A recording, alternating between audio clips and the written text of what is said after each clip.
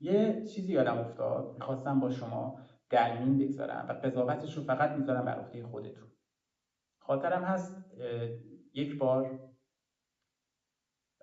نرگس محمدی بازداشت شده بود و شاهزاده رضا پهلوی در حمایتش یک توییتی رو زد.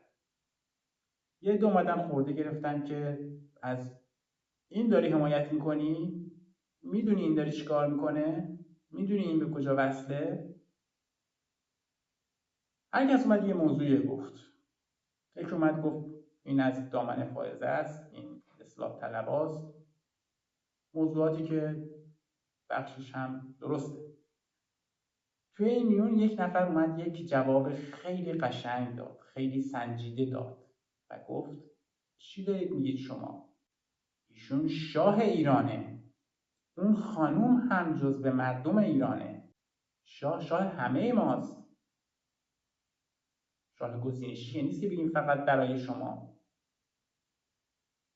خیلی خیلی من رو تحت تاثیر قرار داد این حرف. شاهزاده رضا پهلوی شاه همه ماست. درود بر شما.